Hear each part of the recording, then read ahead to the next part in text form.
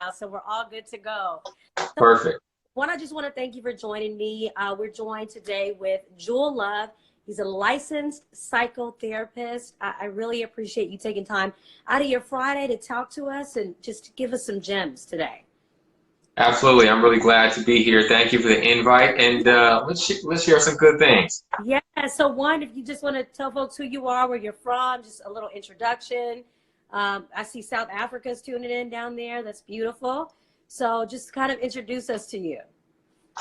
Absolutely. So my name is Jewel Love. I am from Oakland, California, and I have a private practice. It's called Black Executive Men.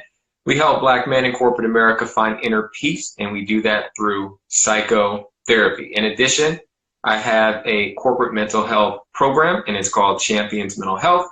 Work with Google and Microsoft and Capital One, et cetera, et cetera. So passionate about the work that I do, as you can see, and glad to be here today.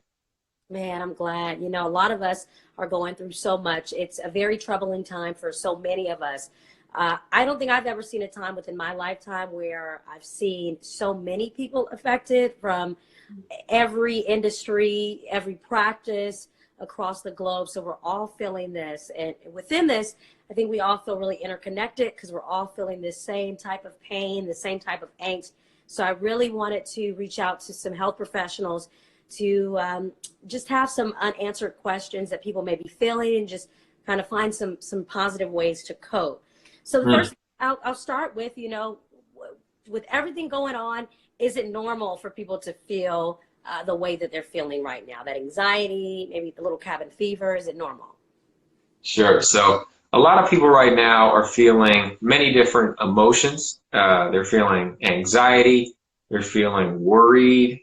They're feeling scared. A lot of people are feeling fearful, even angry. So just wanting to normalize that off the bat, that all feelings are welcome. And whatever experience that you're having, and as you talked about people coping, that really is a coping skill as a therapist, a licensed therapist. That's what I'm doing with clients, and they're paying, you know, some good coin to talk about and have an experience of their feelings being validated and welcomed in. So that's something, if you're at home or wherever you're at, and you may say, you know what, no, I'm not supposed to feel this way.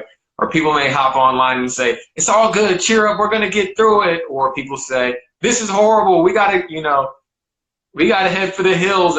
Right. Whatever your experience is, just being able to welcome it in, don't let it necessarily control you per se, but just to validate and acknowledge the emotional aspects. And so we call that emotional wholeness. And that's a really important thing at this time. Man, you talk about emotional wholeness, and I like that you brought up the fact that a lot of us are coping in many different ways. You might see some posts online where people are, you know, saying we're going to get through this. I feel like I found a balance of, you know, putting that out there, and maybe I don't always feel that way. So what are some ways that folks can cope during this time? Yeah. So two things immediately come to mind. Number one is going to be still physical health. When we work out, we know that we feel better. Now, I get it. You can't head down to the gym and do what you would normally do, but there are plenty of exercises that we can do at home, be it simple things like push-ups or sit-ups, or possibly people can jump rope or run in place. There's even apps, home workout apps, and you'd be surprised. You say, how am I gonna, you know, really, am I really gonna get a workout at home? And you would be surprised on how good some of these apps are now for you to really get fit at home. So I would say that's the first thing. Many people, they are going for walks, they are going to the park, they are still out there playing frisbee, playing tennis, you know, sports where people are further apart, but can still get that exercise, and that can help you in two ways. Number one, just feel good, you know, from the emotional side, but the other thing is really going to be some agency, that there is something that you can do at this time when so much uncertainty is there. So I think physical exercise is one, and I don't know if we have this option for people to type things in, or we don't have that. Yeah. So ask if you guys have any questions in the comment section. You see the people that are joining.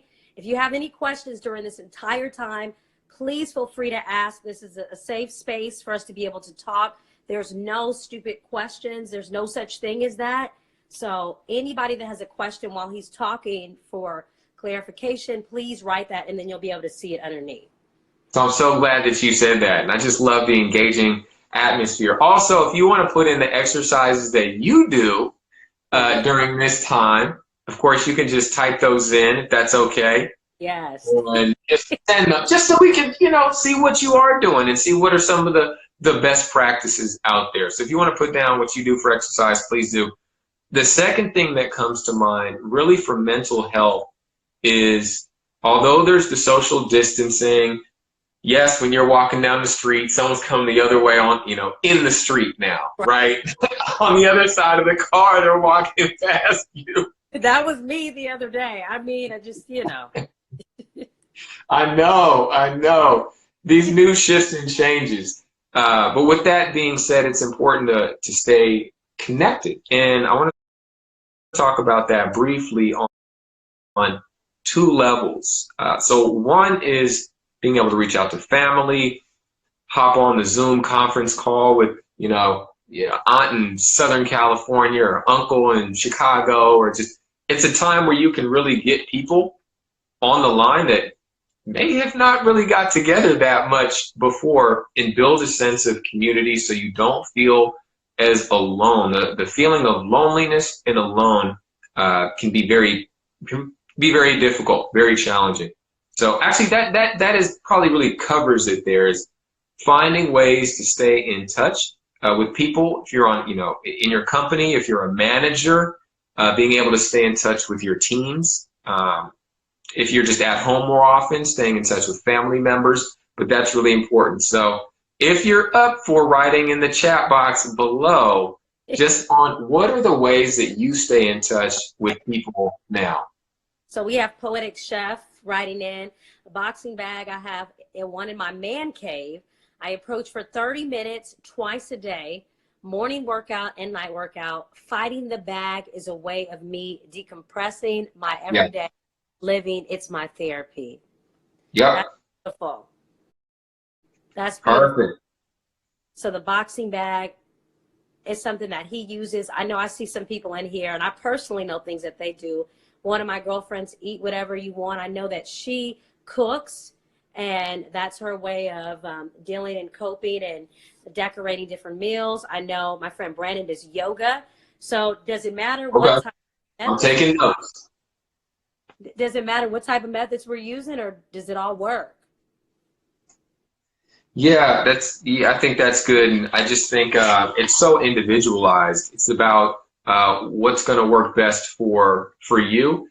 And that's awesome that you have that punching bag that you can go to, and that's therapy for you. For some people, it's going to be, the yoga practice. They're not doing that over Zoom. You can find it on YouTube. You can just do your own personal practice. For some people, it's meditation, just being able to sit quietly and silently for 5 minutes, 10 minutes to decompress, calm the mind. There's a lot of CNN, Fox, CNBC, C-SPAN, left and right, on all the websites, there's a COVID title and all the, so just a way for you to take a step back and to step into your own sense of peace. Meditation can be that. Taking a deep breath in. We could, are you up for doing that here and now? Yeah. Oh my God. Yes. Sure. Yes. Okay. So crew, you and everybody in the audience, wherever you're at. No, not if you're driving though. If you focus on the road, if you're driving.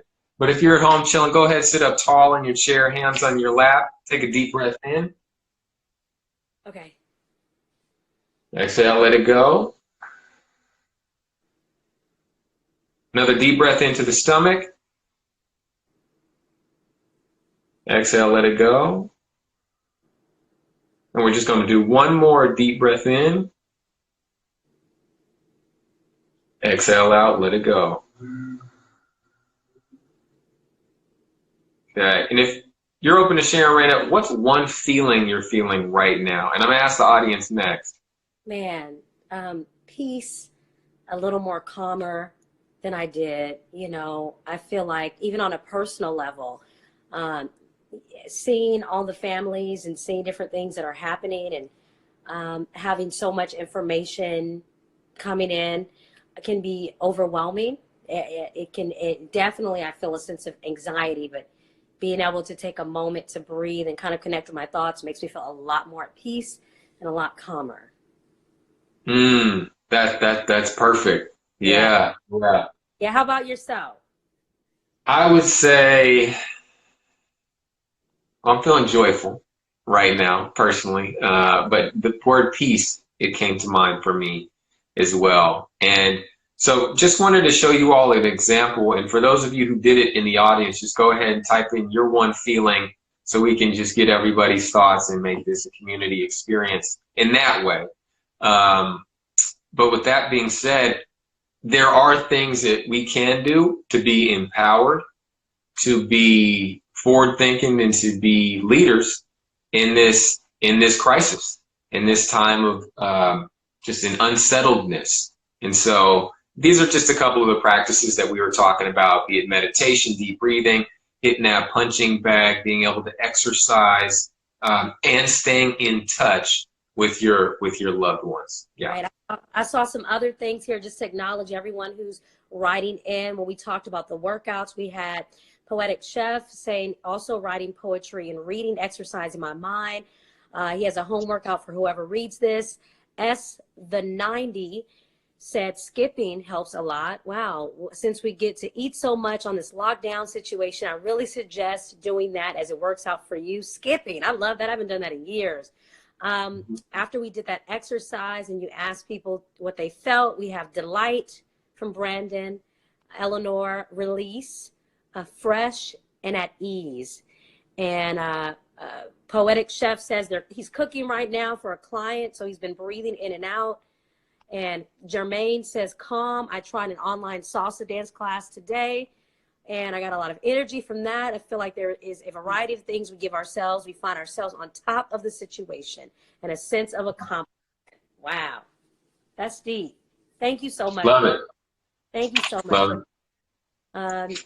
For us, how important is it for us to have a sense of a regiment? You know, should we wake up every day and consume a lot of media and a lot of information, or should we have some sort of daily regimen, or should it be free flowing? What would you suggest for people during this time?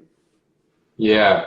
So many people are going from a place where they were going to work on a daily basis. And now many people are working from home, and they're on Zoom for or whatever the platform is, or IG Live. I mean, there's just so many ways to have this screen time, and it can produce a level of fatigue.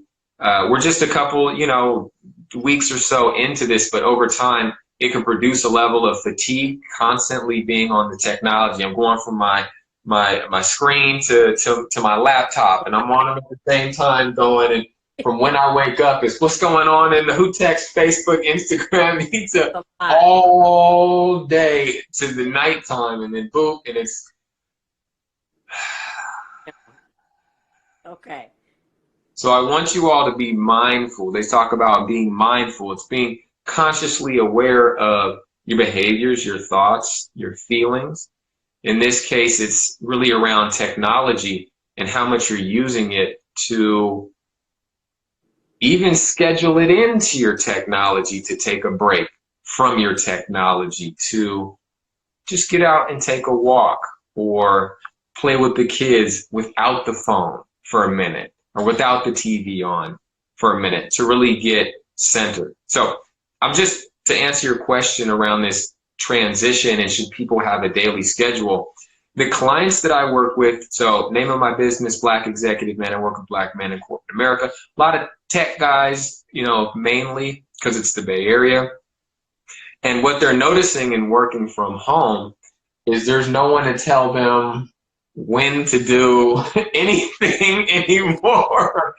So a lot of what we're doing is game plan. It's scheduling out, okay, I want to call my dad in the other state to make sure he's good. And I say, well, when would you like to do that? And they're like, well, I guess I could do it today. And I said, well, when would you like to do that today? Oh, wow, that's specific. I say, well, 9:30, tonight. I'm like, boom, helps them get it done. Okay. And exercise, when would you like to do that? Boom, tomorrow at 7 a.m. And then this one, Tuesday at 5. So it locks it into their mind and helps them to be productive.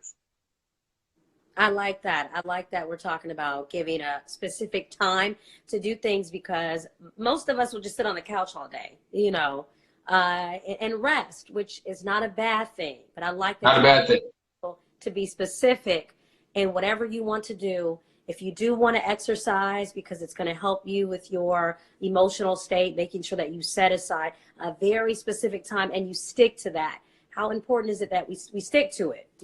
Is it something we can just say we're going to do and then not do, or is it critical that we stick to it once we agree to do those things?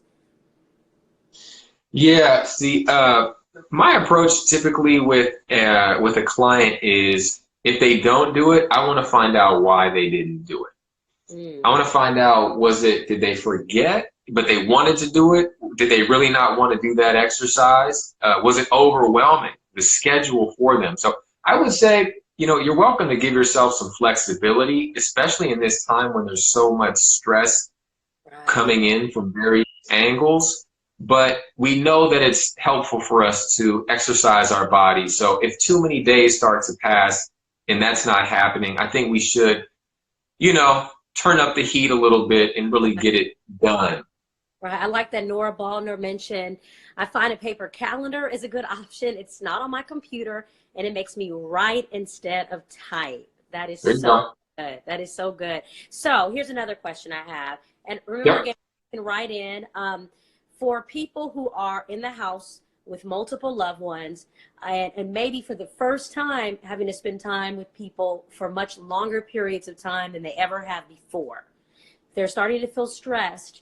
What are some tips that you have for them to help them navigate this new kind of 24-hour around-the-clock interaction?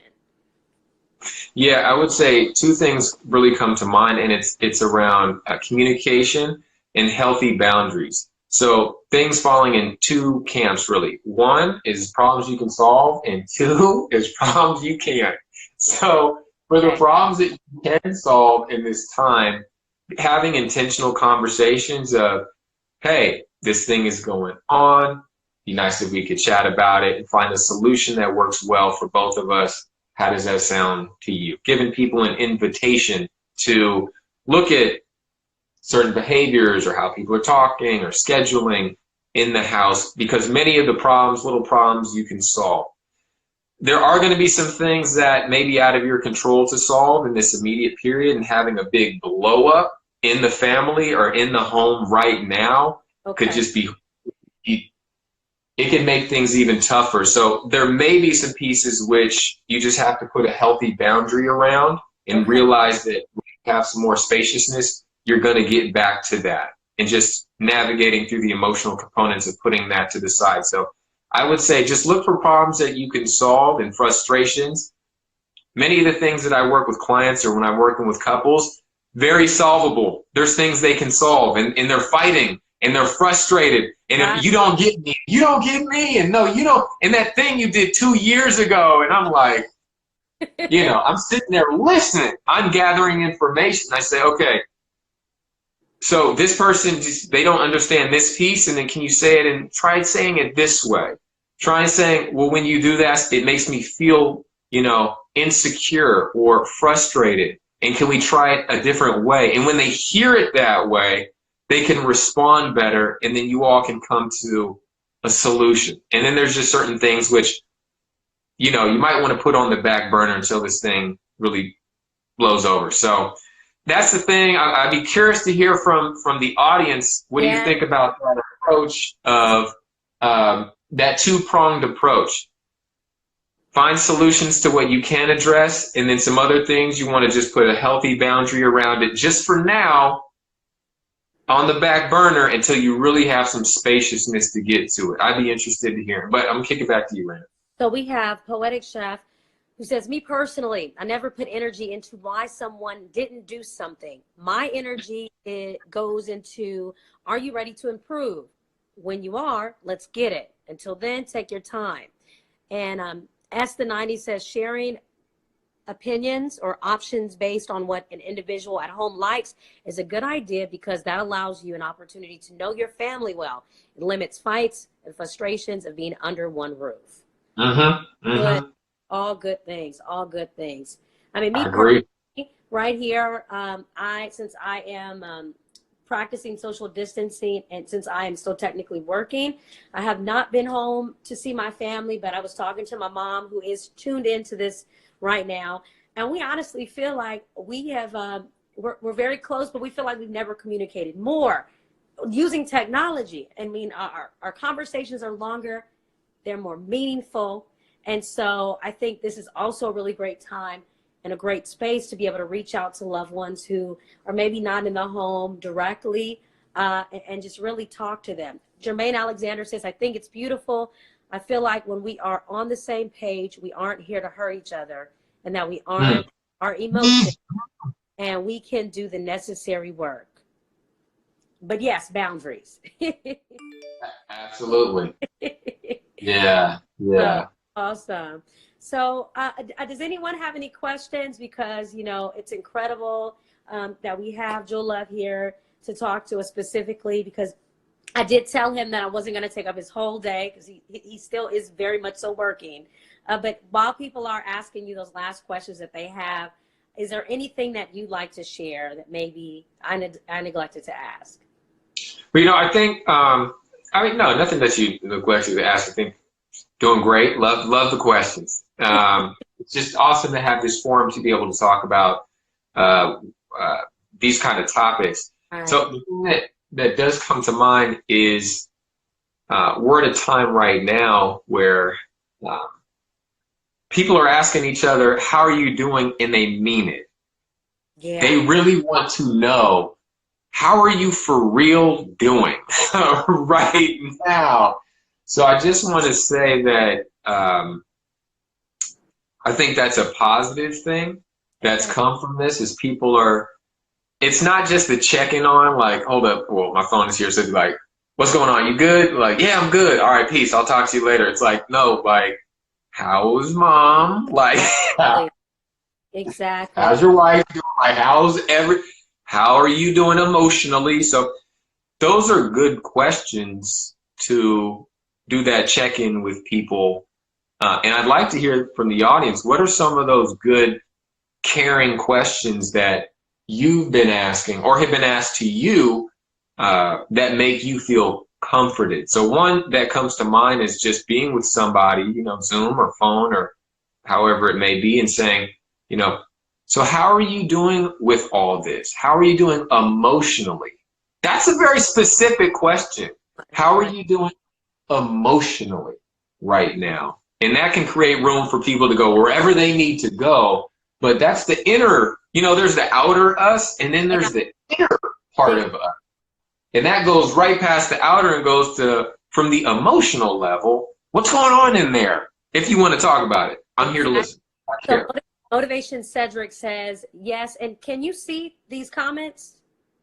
No. Can you see? Oh, yes. Yes, I can. Okay. So that's what I've been reading from. So Motivation Cedric says, yes, we should have been loving on each other all along. Poetic Chef says, what's your take on R&B music, candles, lights off, just pure tranquility and vibes, a vibe visited from the soul. To me, it's such good living in the moment.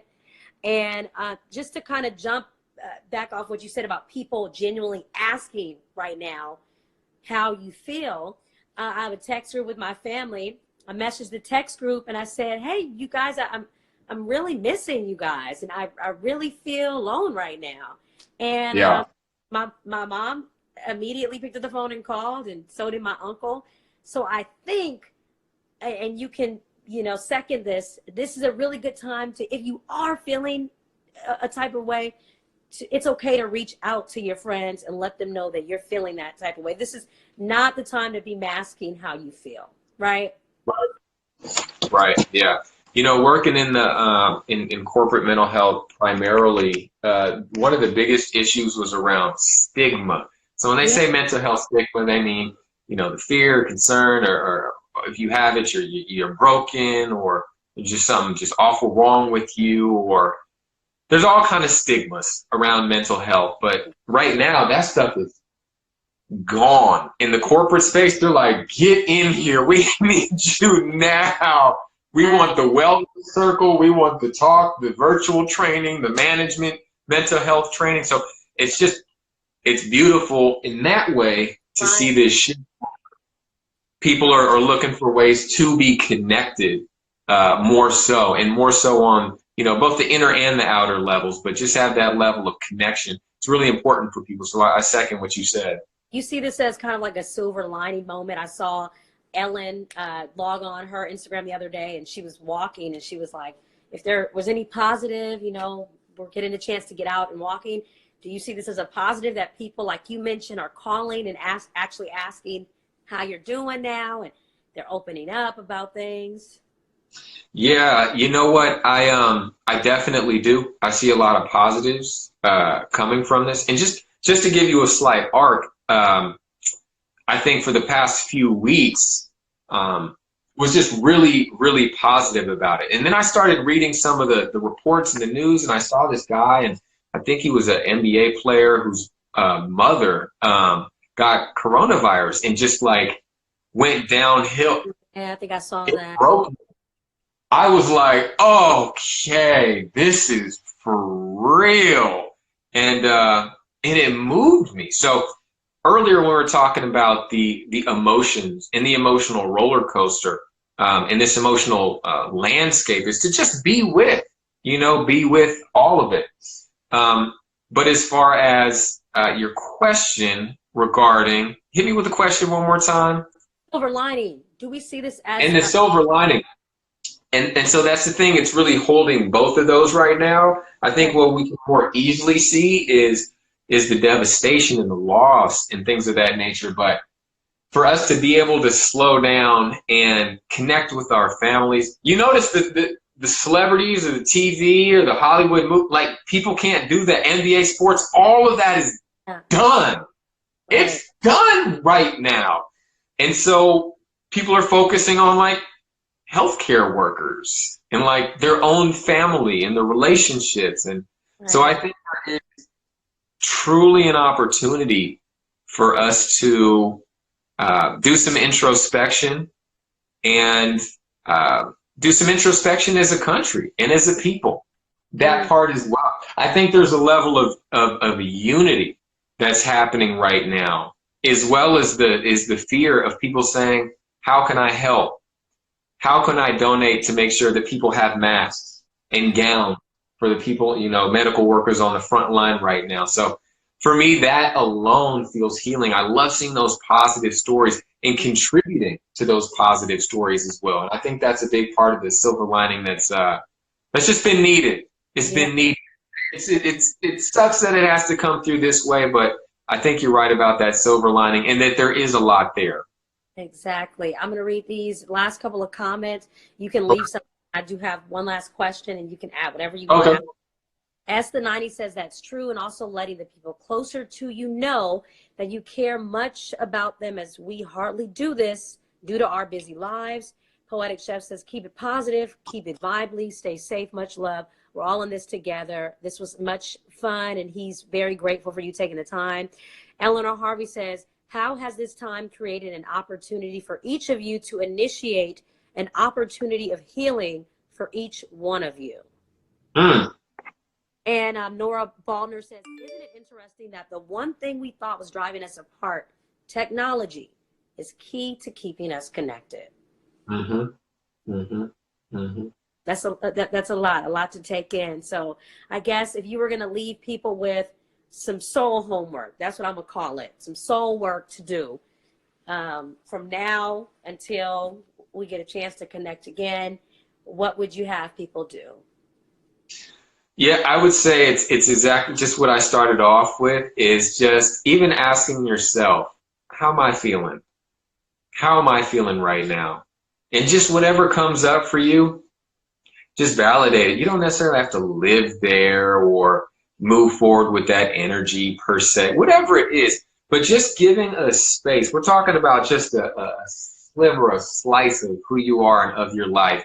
Is just to ask yourself that question with all that's going around, whether you're standing in line waiting to get some toilet paper from the store at 6:30 a.m. in the morning, or you're headed to work, the living room from your bedroom, et cetera, et cetera. Whatever it is for you, just being present. That's a thing that can keep you present. Excuse me, and not getting lost in all this stuff that's going on around. Just keeping in tune with your hearts, keeping in tune with your soul, just saying, how am I feeling right now? And just giving some compassion for whatever comes to mind. That's it. That's beautiful. Okay. I really, really appreciate you so much. I want people to be able to connect with you today and outside of this. So how can people follow you and Yes. more questions? And if they want to connect with you and your organization, how can they find you? How can they find you? Yeah, absolutely. So go to blackexecutivemen.com. It's spelled exactly like it sounds, blackexecutivemen.com. I work specifically with Black men in corporate America. We have some wonderful offerings there. I would say for everybody and for all people, no matter gender or ethnic background, please follow me on jewel.lovejr. It's here on Instagram. And for my LinkedIn folks, come find me on LinkedIn, Jewel Love. I'd be happy to connect. And thank you for this opportunity. I appreciate it. You have no idea how many souls you've touched and how many people you have been able to give them just some things to work on to keep them during this difficult time. So, for me, I know we're all struggling. I know that by connecting in this way and doing that soul work, we're all going to get through this. We're going to be stronger on the other end of it. So it's important to stay in touch with one another. And like Love said, to be present in these moments. We're really in history right now. That is where we are sitting right now. We all have a front row seat to what's going on. And 10 years from now, we'll be looking at this. Yeah. And do we use this time to heal ourselves, and only you'll be able to answer that. So thank you for that. Thank you so much. You're welcome. Thank you. Thank you, everyone in the audience. All right, I'm going to go ahead and end this live right now. Again, make sure you guys go and follow him. Keep up with all the great work that he's doing. And I will see you guys a little later. And you enjoy the rest of your day.